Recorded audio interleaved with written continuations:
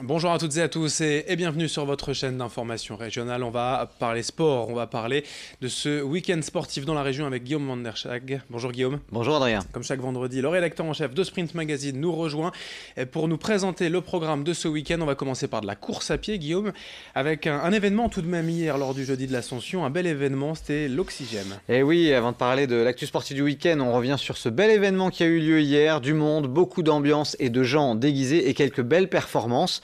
Sur le 10 km, le Kényan Alfred Kipserem Cherop a résisté au retour d'Hicham Briki. Le Kényan a bouclé le 10 en 29,51. Il n'y en a pas beaucoup des 10 qui se courent en moins de 30 minutes, donc faut le souligner. Briki, qui était encore 4e à 400 mètres de l'arrivée, a fini très fort et a terminé à 2 secondes du Kényan.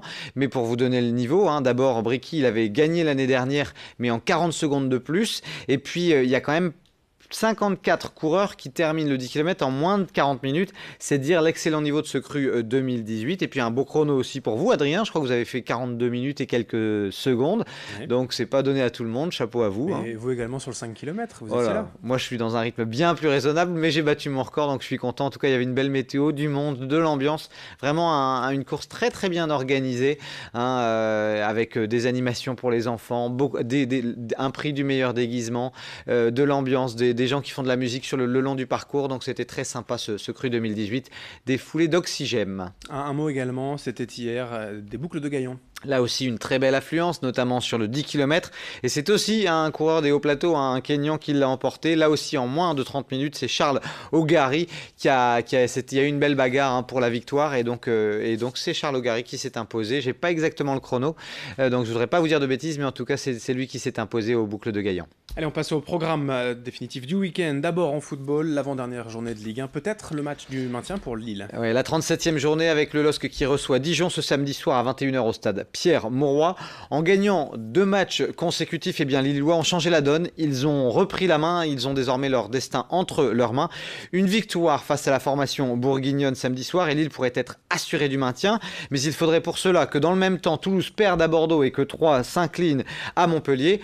Et de même, une défaite de Strasbourg face à Lyon pourrait aussi sourire aux Lillois. Cependant, attention aussi au scénario catastrophe, parce que si le LOSC venait à perdre face à Dijon et que dans le même temps les adversaires directs s'imposaient, eh bien là, tout serait à refaire et les hommes de Christophe Galtier pourraient n'obtenir leur salut qu'en étant contraints d'aller gagner à Saint-Etienne lors de l'ultime journée de championnat. Et on sait qu'aller gagner à Geoffroy Guichard, ça n'est pas facile, surtout que Saint-Etienne a encore une belle fin de saison à jouer. Donc l'entraîneur lillois a mis en garde tout son effectif en disant aucun relâchement s'il vous plaît, rien n'est fait contrairement à ce que disent certains médias. En tout cas, il a affirmé qu'il n'avait constaté aucun relâchement de la part de ses joueurs et vraiment beaucoup de concentration lors de la semaine de préparation. À noter que pour ce match, il faudra se passer des services de Soumaoro. C'est demain 21h au stade Pierre-Mauroy et forcément l'appui du public sera primordial. En Ligue 2, ça se termine tranquillement pour Lens et Valenciennes. Oui, assurés de leur maintien, Lensois et Valenciennois ont malgré tout déçu leurs supporters lors de la dernière journée. D'abord le RC Lens qui a perdu 4-2 à Tours face à la Lanterne Rouge de Ligue 2. Et puis Valenciennes qui a pris une leçon à domicile au stade du Hainaut. 3-1 pour Reims qui est le leader assuré de monter en Ligue 1. Donc il s'agit pour les deux équipes de la région de terminer la saison sur une bonne note. Dernier match pour les protagonistes de Ligue 2. VA qui joue au Gazélec d'Ajaccio qui est 15e mais qui est maintenu. Et Lens qui reçoit Auxerre le 11e. C'est 20h45 ce soir pour ces deux rencontres. Le dernier match également de la saison pour le championnat national. Oui, avec là aussi Boulogne et Dunkerque qui finissent plutôt bien le championnat, qui sont désormais assurés du maintien. Et donc l'USBCO qui va jouer à Avranches ce soir à 18h30 et les Dunkerquois qui eux iront défier les joueurs de Marseille Consola à la même heure. Allez, on passe au cyclisme avec l'événement du printemps. Ce n'est pas Paris-Roubaix, c'est les 4 jours de Dunkerque. Oui, avec Nasser Bouhanni qui, après une année 2017 très décevante, d'ailleurs on lui avait mis la pression au niveau de l'équipe Cofidis parce que s'il avait envie de pouvoir aller sur les routes du Tour de France, il fallait qu'il montre un petit peu les dents. Et bien c'est ce qu'il a fait hier. Il a remporté la 3e étape entre Fort-Mahon dans la Somme et Eck dans le Pas-de-Calais. Timothy Dupont a terminé 2e et en a profité pour s'emparer du maillot rose de leader grâce au système des bonifications.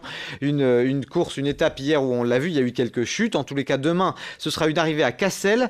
Et 6e et dernière étape dimanche, ce sera entre Coulogne, ça c'est tout près de Calais, et Dunkerque, avec une arrivée où il y aura 10 boucles dans la cité dunkerquoise. On n'a pas encore beaucoup vu l'excellent sprinter allemand André Greipel. Peut-être qu'on le verra lors de ce week-end. On passe au basket et d'abord de la Pro A. Oui, avec le Portel qui avait signé une victoire probante face au Mans dans son chaudron et qui joue ce samedi soir à Chalon-sur-Saône.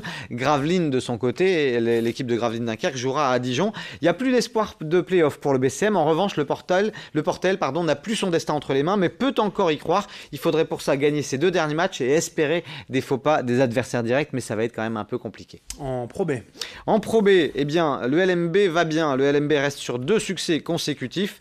L'un face à Denain dans le derby et ensuite contre Charleville-Mézières. Eh bien, les Lillois reçoivent Nancy ce soir au Palais Saint-Sauveur, tandis que Denain va recevoir l'équipe de Vichy-Clermont. Alors on a commencé avec un peu de course à pied, il y a aussi un bel événement athlétisme. Ouais, c'est ni plus ni moins qu'une des plus grosses courses hors stade de France. Elle fait partie du top 3 de la région, c'est la fameuse route du Louvre avec chaque année entre 12 000 et 14 000 participants. C'est toujours une belle réussite. La route du Louvre, c'est quoi? C'est un départ à Lille avec une arrivée dans les jardins du musée du Louvre à Lens. C'est un marathon international, c'est aussi un marathon en relais et un 10 km ainsi que de nombreuses randonnées. Et d'ailleurs, sur le marathon international, il se dit qu'en coulisses, que les conditions seraient idéales et que le plateau aussi serait parfait pour peut-être battre le record de l'épreuve. Oui, parce que ça sera plat jusqu'au bout, il n'y aura pas cette fameuse montée à la fin qui fait toujours un peu mal. On termine avec quelques infos en bref, d'abord du kickboxing. Oui, de la boxe et du kickboxing, parce que ce samedi soir au Zénith de l'île Grand Palais, eh bien, il y a le Glory 53